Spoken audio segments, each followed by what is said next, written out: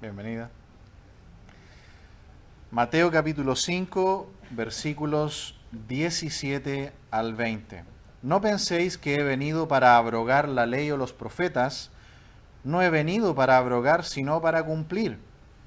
Porque de cierto os digo que hasta que pasen el cielo y la tierra, ni una jota ni una tilde pasará de la ley, hasta que todo se haya cumplido.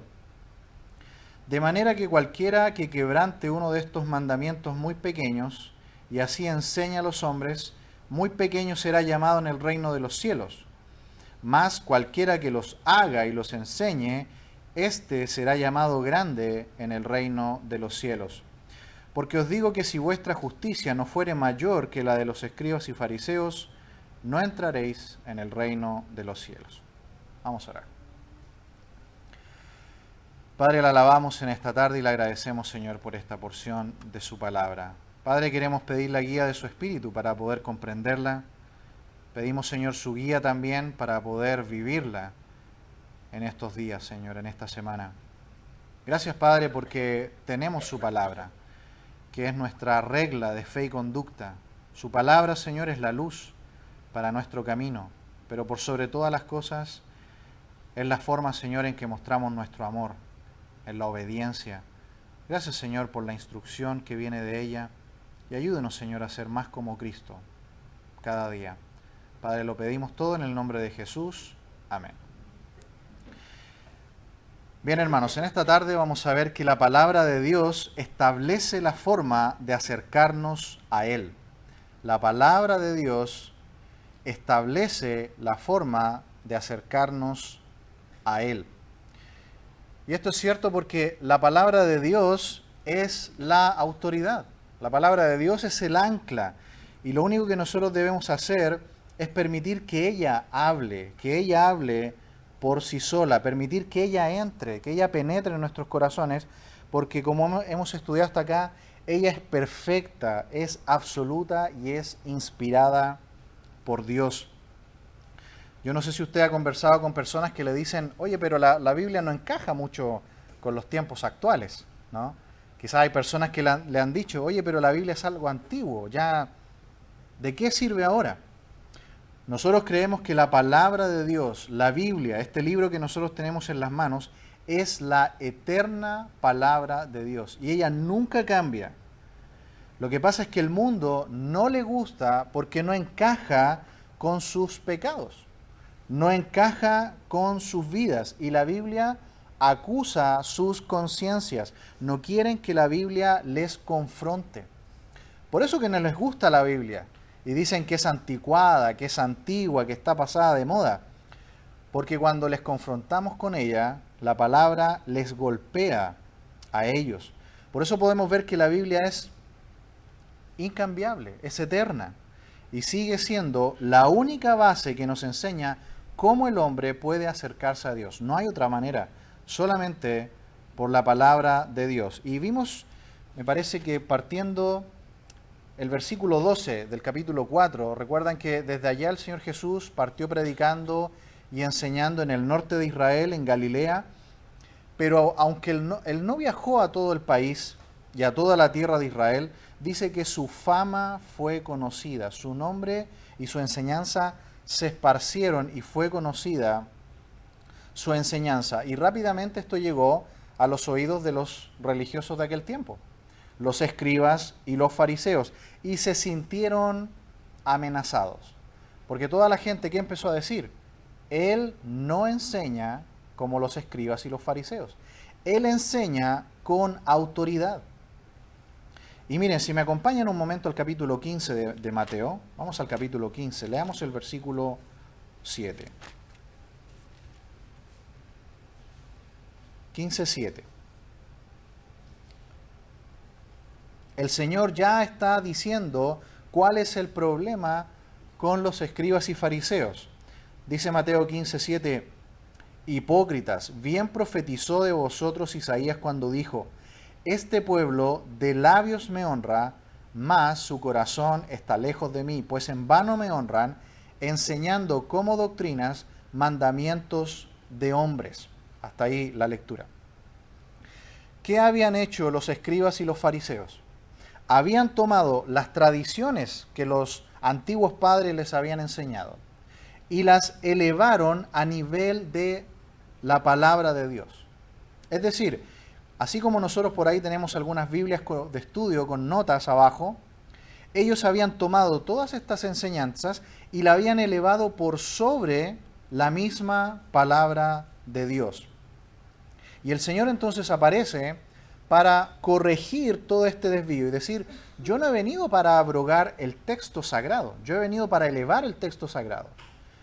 Lo que ustedes han hecho es tomar tradiciones antiguas, tomar enseñanzas de ustedes y ponerlas por sobre la palabra de Dios, sus tradiciones, sus interpretaciones y sus enseñanzas. Así que aquí en este pasaje vamos a ver que la palabra de Dios, es decir, el mismo texto de la palabra de Dios, es lo que establece la forma de acercarnos a Él y no ningún mandamiento de hombres, no ninguna tradición, como vamos a ver aquí en esta tarde. Miremos el versículo 17. Dice, no penséis que he venido para abrogar la ley o los profetas, no he venido para abrogar, sino para cumplir. Aquí vemos entonces el canon del Antiguo Testamento, como ellos lo entendían. El canon, o los 39 libros del Antiguo Testamento, los judíos le llamaban la ley y los profetas, ¿no? Le llamaban así al Pentateuco mayormente, la ley, aunque a veces, en una ocasión el Señor habló de la ley, pero citando un salmo.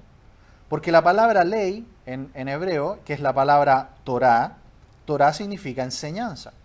Por lo tanto, no hay ningún problema con llamarle ley a cualquier parte del Antiguo Testamento. Aunque es cierto que por tradición a veces le llamaban mayormente al Pentateuco, es decir, a los primeros 5. Génesis, Éxodo, Levítico, Números y Deuteronomio. Y al resto del Antiguo Testamento le llamaban normalmente los profetas. Entonces, cuando el Señor aparece y empieza a enseñar, los escribas y los fariseos se sintieron amenazados porque dijeron, Él viene a corregirnos. Él viene a eliminar todo lo que nosotros hemos enseñado. Y el Señor aquí va a aclarar que Él viene a elevar el texto sagrado, es decir, el mismo texto dado por Dios. Pero lo que ellos habían enseñado, todo eso, como vamos a ver, era erróneo. El Señor vino para poner en alto la palabra misma de Dios, el texto sagrado, pero no los mandamientos de hombres que ellos estaban enseñando. Miren, acompáñenme nuevamente a Mateo, pero esta vez al capítulo 23. Capítulo 23, versículo 5. Este versículo lo compartimos ayer con los jóvenes y es de suma importancia también para nuestro estudio en el día de hoy. Mateo 23, 5.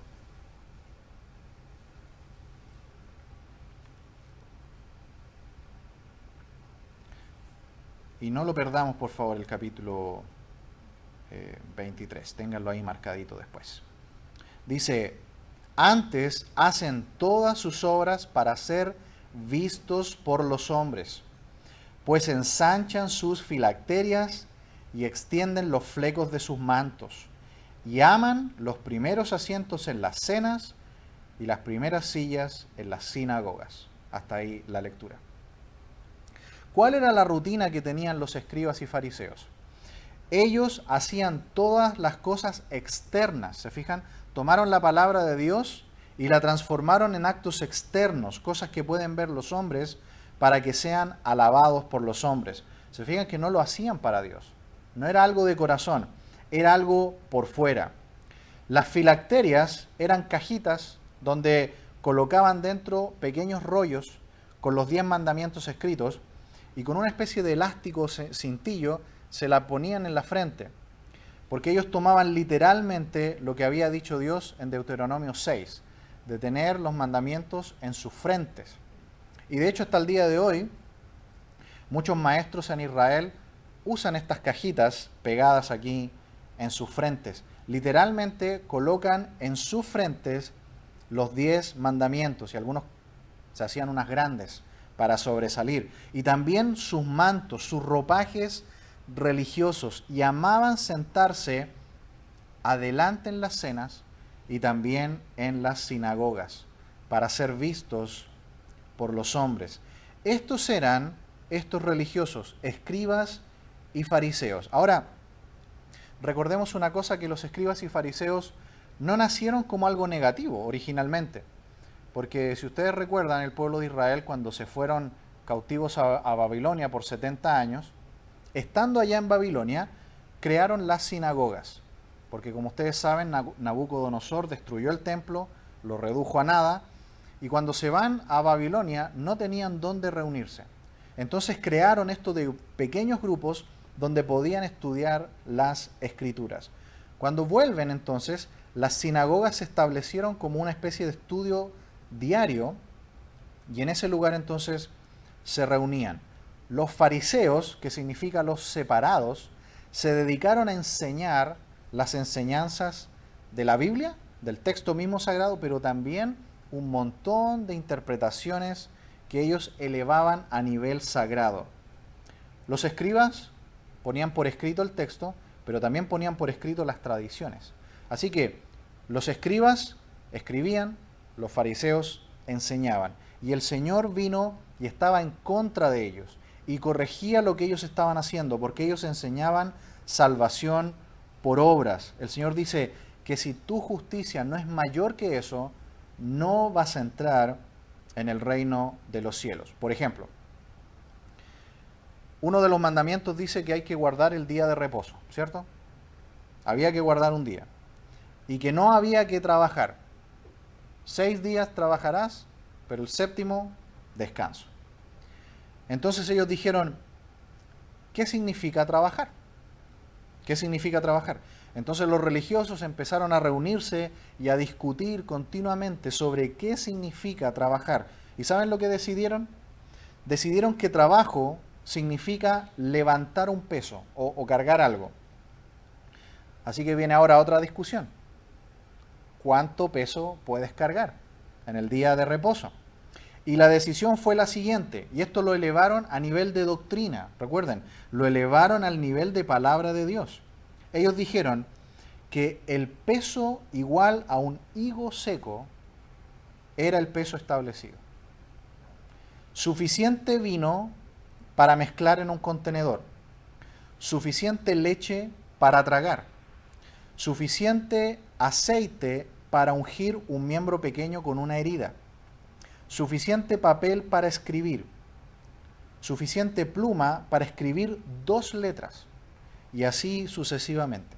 Y esto estaba escrito en folios, en folios y en folios. Habían redactado y discutido por años, desde los tiempos de Babilonia hasta los tiempos de Jesús, cómo se aplicaba la ley.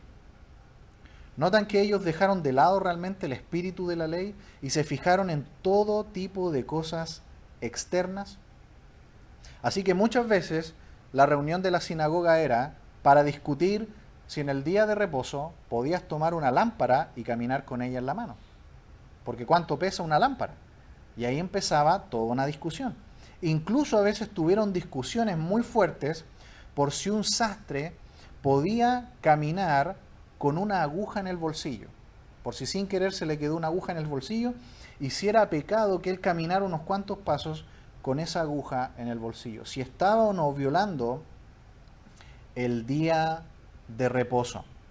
También tenían acaloradas discusiones acerca de cuánto debía pesar la ropa que andaban trayendo en el día de reposo. Porque si era lo suficientemente pesada para violar el mandamiento que ellos mismos habían dicho, también era pecado.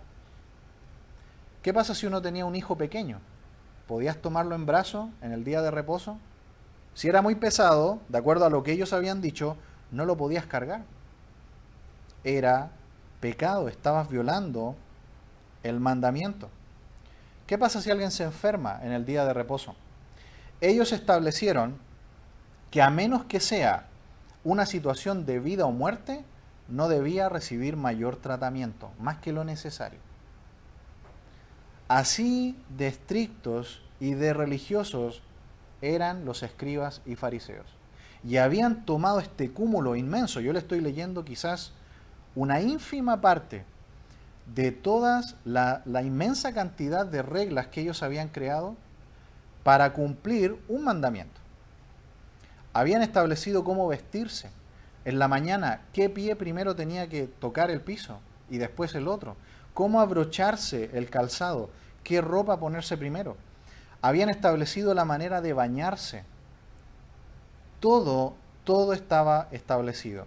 Cuando uno iba a comer, no era solamente lavarse las manos. Ellos habían determinado una forma de lavarse las manos.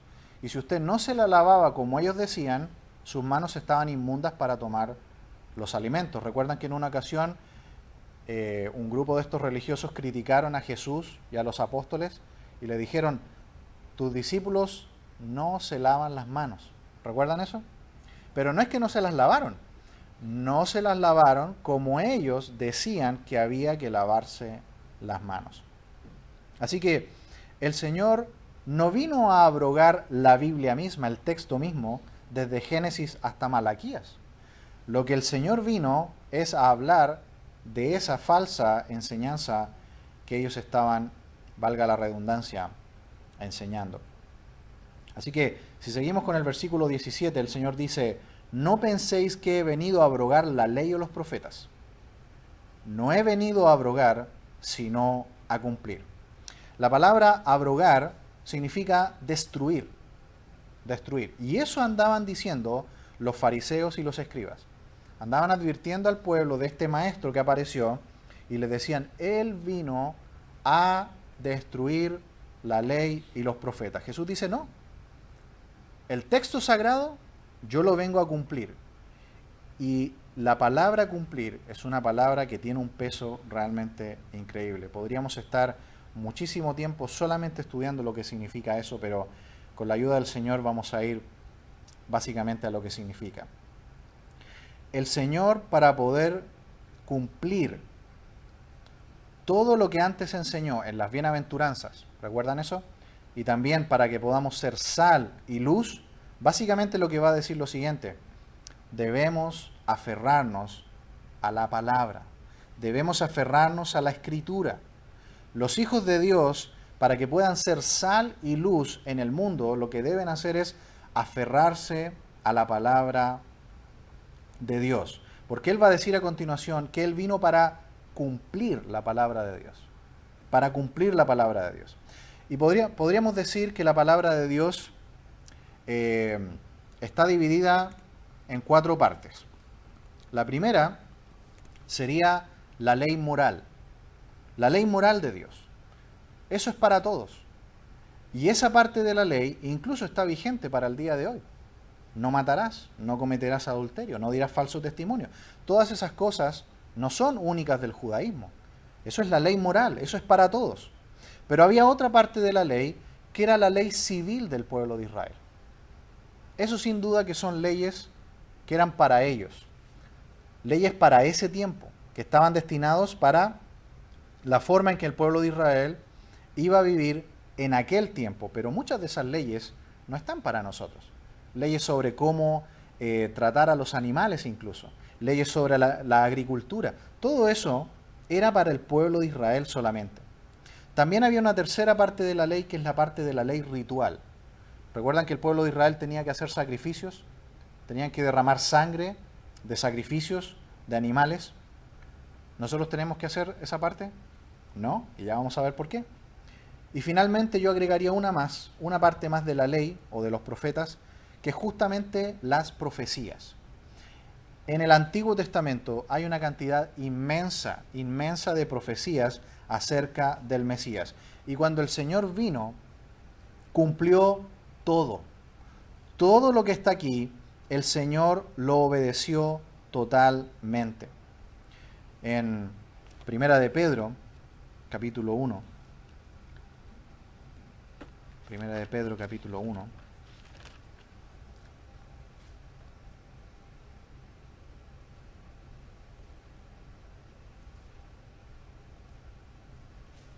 No, segundo.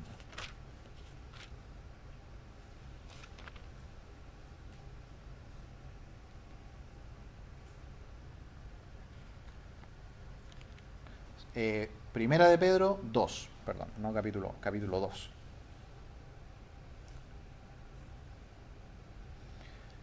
Versículo 21, 2:21, Primera de Pedro 2:21. Pues para esto fuisteis llamados, porque también Cristo padeció por nosotros, dejándonos ejemplo para que sigáis sus pisadas, el cual no hizo pecado, ni se halló engaño en su boca, quien cuando le maldecían no respondía con maldición, cuando padecía no amenazaba, sino encomendaba la causa al que juzga justamente, quien llevó él mismo nuestros pecados en su cuerpo sobre el madero, para que nosotros, estando muertos a los pecados, vivamos a la justicia, y por cuya herida fuisteis sanados. Porque vosotros erais como ovejas descarriadas, pero ahora habéis vuelto al pastor y obispo de vuestras almas. En este pasaje que acabamos de leer podemos ver un pequeño resumen del cumplimiento de Jesús de toda la ley de los profetas. El Señor cumplió la ley moral, no hubo pecado en su vida, Él fue perfecto porque es Dios. Él cumplió la ley civil, cumplió todas las normas que el judaísmo y la palabra de Dios pedía. Celebró la Pascua, comenzó a ir desde que fue adulto. Tenía que ir a todas las fiestas que la palabra de Dios decía. Todo lo que fue la ley civil, el Señor lo cumplió. También incluso la ley ritual. Recordemos que Él participó de la Pascua. Y de las profecías, todo lo que se ha profetizado hasta su venida, en su primera venida, todo lo cumplió. Y algunas cosas que faltan por cumplir, cuando Él vuelva en su segunda venida, también se cumplirán, ciertísimamente. Por lo tanto, cuando el Señor aquí dice, yo he venido a cumplir la palabra de Dios, no he venido a destruirla o a abrogarla, lo estaba diciendo en todo el sentido de la palabra. Y uno de los aspectos más hermosos es el aspecto de la ley ritual. ¿Qué pedía la ley ritual? La ley ritual básicamente decía, el alma que pecare, esa morirá. La ley lo que pide es la muerte del ofensor, la muerte del pecador. Y el Señor Jesucristo la cumplió íntegramente, porque Él al morir en la cruz cumplió todo el sistema ritual, sacrificial del Antiguo Testamento, pagándolo con su propia vida. Su derramamiento de sangre cumplió absolutamente todo, y por eso es que nosotros en el día de hoy no necesitamos hacer nada de eso. Solamente una persona que ponga su fe en la persona del Hijo de Dios recibe la salvación gratuita de sus pecados. Y algo que, si usted lo piensa, cuando Juan el Bautista vio al Señor Jesús y le dijo, he aquí el Cordero de Dios que quita el pecado del mundo, cuando Juan dice eso, es como una sentencia de muerte, ¿no? Le está anunciando a Jesús una sentencia de muerte, porque ¿qué es un cordero para Dios? Un cordero que tiene que ser sacrificado. El Señor Jesús vino y cumplió todo, absolutamente, de la ley. Así que eso es lo que realmente Él vino a cumplir, la palabra de Dios, no todas esas cosas religiosas y falsas que enseñaban los escribas y fariseos, que lo único que hacían con las personas era encaminarlas al infierno. ¿Recuerdan cuando vimos la semana pasada también en el capítulo 23 de Mateo, que en el fondo ellos hacían 2 veces más hijos del infierno a las personas que los seguían a ellos, cuando seguían sus tradiciones y sus asuntos religiosos? Yendo entonces al capítulo 5 de Mateo, miremos ahora el versículo 18. Versículo 18 dice, porque de cierto os digo que hasta que pasen el cielo y la tierra, ni una jota ni una tilde pasará de la ley hasta que todo se haya cumplido. El Señor está diciendo que Él vino a cumplir la Escritura, lo que la palabra de Dios dice, no lo que los hombres le han añadido. Y hay cosas que faltan por cumplir efectivamente.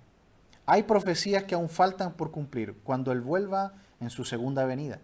Cuando Él vuelva y establezca el reino aquí en la tierra y Él sea el rey en el mundo.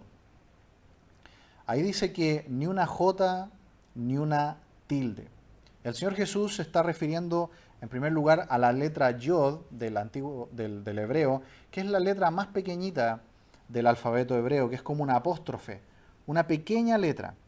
Y la tilde es ese pequeño cuernito o trazo que distingue a una letra de otra que son muy parecidas. Por ejemplo, en el hebreo, la letra Dalet, que equivale a nuestra letra D, y la letra Resh, que equivale a nuestra letra R, tienen un pequeño cuernito que las distingue a la una de la otra. Ese es el tilde de las letras.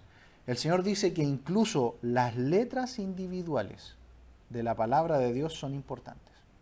Incluso hasta los trazos y aún la letra más pequeña del alfabeto se va a cumplir si está en su palabra.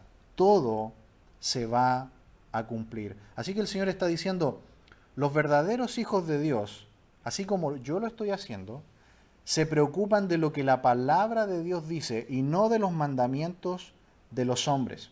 Y aquí lo reafirma, si seguimos leyendo en el versículo 19, dice, de manera que cualquiera que quebrante uno de estos mandamientos muy pequeños y así enseña a los hombres, muy pequeño será en el reino de los cielos.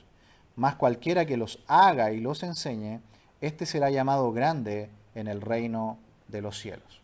El Señor está diciendo, los escribas y los fariseos se dedican mayormente no a la palabra misma de Dios, no al texto sagrado que Dios les envió, dado por mano de ángeles a los hombres, sino que han elevado sus enseñanzas a nivel de mandamiento de Dios, a nivel de doctrina de Dios, y han dejado la palabra de Dios y su espíritu de lado. Por eso que aquí dice que más importante que conocerla y enseñarla, dice conocerla y hacerla.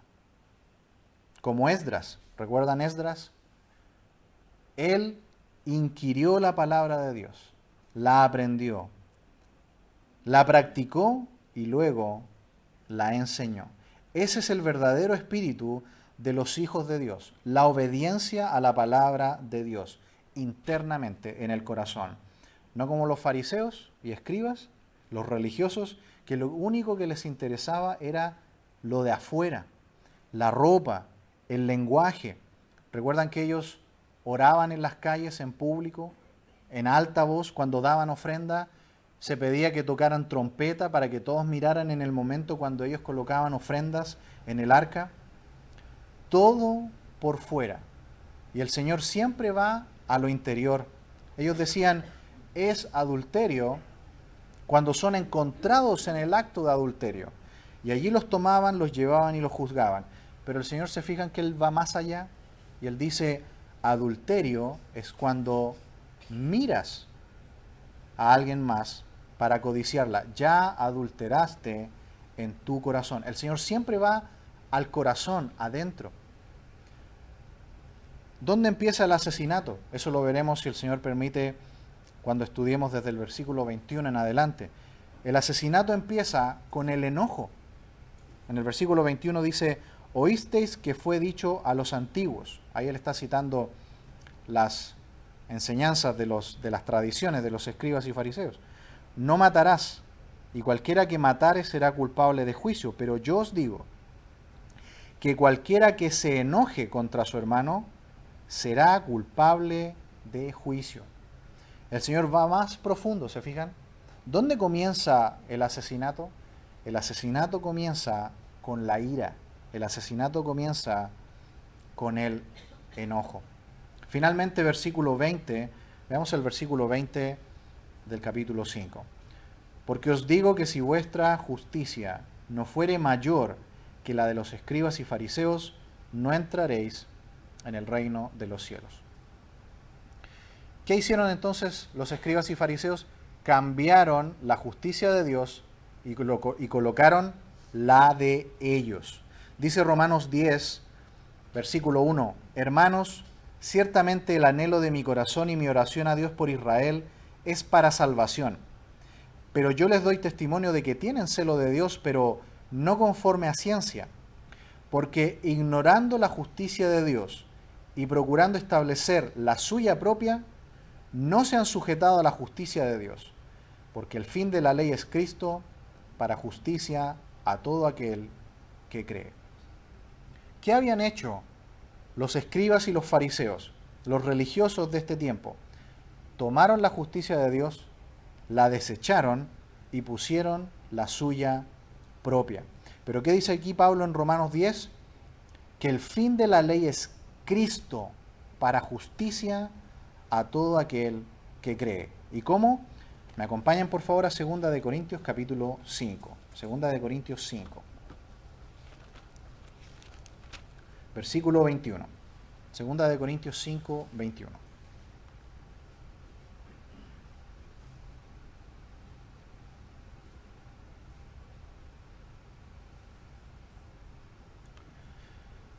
Segunda de Corintios 5, 21. Dice, al que no conoció pecado, por nosotros lo hizo pecado, para que nosotros fuésemos hechos justicia de Dios en él. ¿Qué decían los fariseos? Con nuestra conducta, con una vida religiosa, con un estilo de vida para los hombres, para impresionar a los hombres. ¿Pero qué dice aquí la palabra de Dios? No. La justicia que Dios pide es derramamiento de sangre. Y los sacrificios del Antiguo Testamento lo que estaban haciendo era posponiendo la ira de Dios, posponiendo la ira de Dios, hasta que al fin llegó el Cordero de Dios, que ya no solamente cubre, sino que ahora quita el pecado del mundo. Así que, ¿cuál es la justicia de Dios? Su propio Hijo, muerto en la cruz, habiendo derramado su sangre por los pecados nuestros. Así que, si nosotros vamos a recibir la justicia de Dios, solamente tenemos dos opciones. La primera es condenación, y es justo. Si usted no cree en Cristo como su Señor y Salvador, y muere en este mundo, y pasa de este mundo, va a recibir la justicia de Dios de condenación. Y es totalmente justo, porque no creyó en la obra de Cristo en la cruz. No recibió el perdón de sus pecados y la limpieza de sus pecados.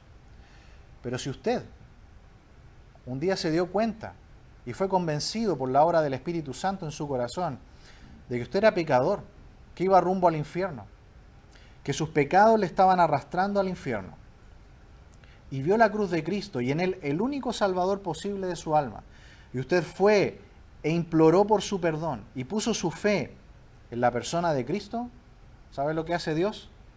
Le traspasa a usted la justicia de su Hijo. Le traspasa a usted la justicia que Cristo logró en la cruz. Esa es la única forma en que Dios, santo y perfecto, puede perdonar a una criatura pecadora como nosotros. Esa fue la forma. Pero ¿se fijan que los fariseos enseñaban todo lo contrario? No, tú para ir al reino de los cielos, sé como nosotros. Vive religiosamente y vas a entrar en el reino de los cielos. Jesús dice no.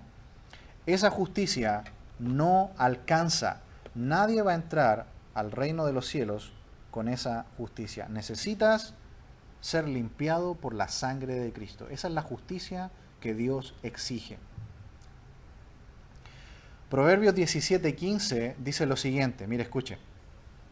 El que justifica al impío y el que condena al justo, ambos son igualmente abominación a Jehová.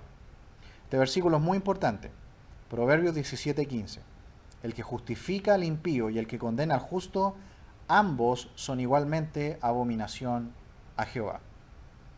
Dice aquí que justificar a un impío es abominación. Y condenar a una persona justa también es abominación a Jehová.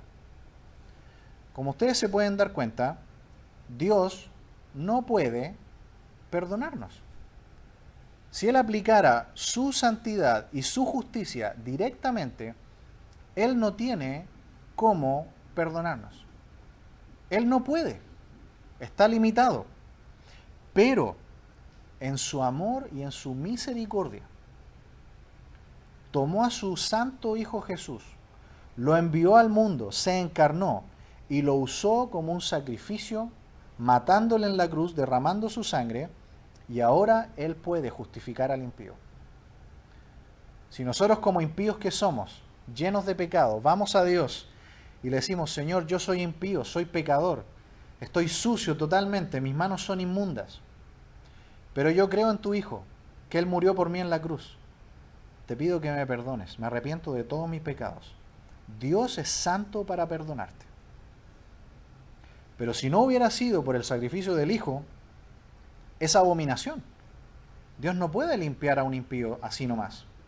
necesita un sacrificio.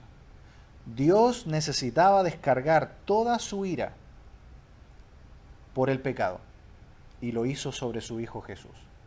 Por eso que Isaías 53 dice, Jehová cargó en él el pecado de todos nosotros.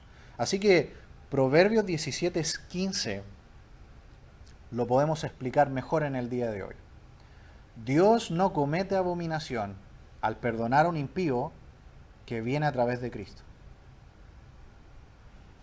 Y Él decidió condenar al justo, es decir, a su Hijo, para salvarnos a nosotros. Así que Dios en su santidad y justicia podía eliminarnos a todos y condenarnos a todos, pero en su amor y su misericordia eligió por su pura voluntad, por su puro beneplácito, como dice Efesios 1, matar a su Hijo, obtener su justicia y ahora dársela a todo aquel que se acerca a Él por la fe. ¿No es maravilloso, hermanos, el Evangelio? Es salvación no por obras, solamente por gracia, por medio de la fe. Eso dice Efesios 2, 8 y 9. Porque por gracia sois salvos por medio de la fe, y esto no de vosotros, pues es don de Dios, no por obras, para que nadie se gloríe. Y espero que todavía tengan marcado el capítulo 23 de Mateo. Vamos una última vez allá y veamos un último versículo en esta noche ya. Capítulo 23, versículo 13. El capítulo 23 de Mateo son muchos ay en contra de los fariseos y de los escribas. Pero mire el versículo 13. Mateo 23, 13. Mas ay de vosotros, escribas y fariseos hipócritas, porque cerráis el reino de los cielos delante de los hombres, pues ni entráis vosotros, ni dejáis entrar a los que están entrando. Hasta ahí la lectura. Aquí usted puede ver el peligro del evangelio falso, el peligro de la religión. La religión es el esfuerzo humano por ir al cielo, pero Cristo es la respuesta de Dios para que el hombre verdaderamente pueda ir al cielo. Los escribas y los fariseos le cerraban la puerta a la gente del cielo con su falsa enseñanza, con su falso evangelio, una salvación por obras. Los escribas y los fariseos habían distorsionado totalmente a Dios, lo habían transformado en otra cosa, violando el primer mandamiento. ¿Recuerdan lo que dice el primero de los 10 mandamientos? No tendrás dioses ajenos a mí. No te harás imagen de lo que hay en el cielo ni en la tierra. ¿Qué habían hecho los religiosos? Habían violado ya el primer mandamiento. Habían distorsionado a Dios. Lo convirtieron en un hombre que ofrecía la salvación a cambio de algo. Y ese no es Dios. El Dios de la Biblia es un Dios de santidad que no tolera el pecado. Pero es también un Dios justo y de amor, que envió a su Hijo unigénito a morir por ti y por mí. Y la única forma de que obtengas la justicia de Dios de salvación y no la justicia de condenación es que la sangre de Cristo limpie todos tus pecados. Es que vengas a Cristo y le implores el perdón de tus pecados en arrepentimiento y fe genuina. Y el Señor dice, yo no le voy a echar afuera. El Señor Jesús dijo, venid a mí todos los que estáis trabajados y cargados, y yo os haré descansar. Venid a mí todos. El Señor no va a echar a nadie que venga a Él cansado de la falsa religión, cansado del falso evangelio, cansado de la falsa enseñanza de la salvación por obras, por sacramentos, sino solamente Cristo y nada más que Cristo. Así que nosotros, que por la gracia de Dios un día conocimos a Cristo, el Señor aquí le quiere dejar a los que son verdaderamente sus hijos esta enseñanza, que solo la palabra de Dios es la que establece la forma de acercarnos a Él. No por una religiosidad falsa enseñada por falsos maestros, sino por la palabra de Dios sola. Porque el Señor Jesús vino a cumplir solo la palabra de Dios y nada más. Vamos a ver. Padre, le alabamos en esta noche y le agradecemos, Señor, por su palabra. Gracias, Padre, porque un día nos alcanzó Cristo. Estábamos perdidos, pero, Señor, usted en su misericordia nos rescató, nos limpió, nos hizo nuevas criaturas. Y le pido, Padre amado, si también en medio nuestro hay alguien que aún no le conoce, que pueda comprender esta gran verdad maravillosa del Evangelio, que la salvación es solamente por gracia, por medio de la fe, que la limpieza de los pecados es solamente por el sacrificio de Cristo, que esa es la única justicia que usted, Padre, acepta. Toda otra justicia son trapos de inmundicia.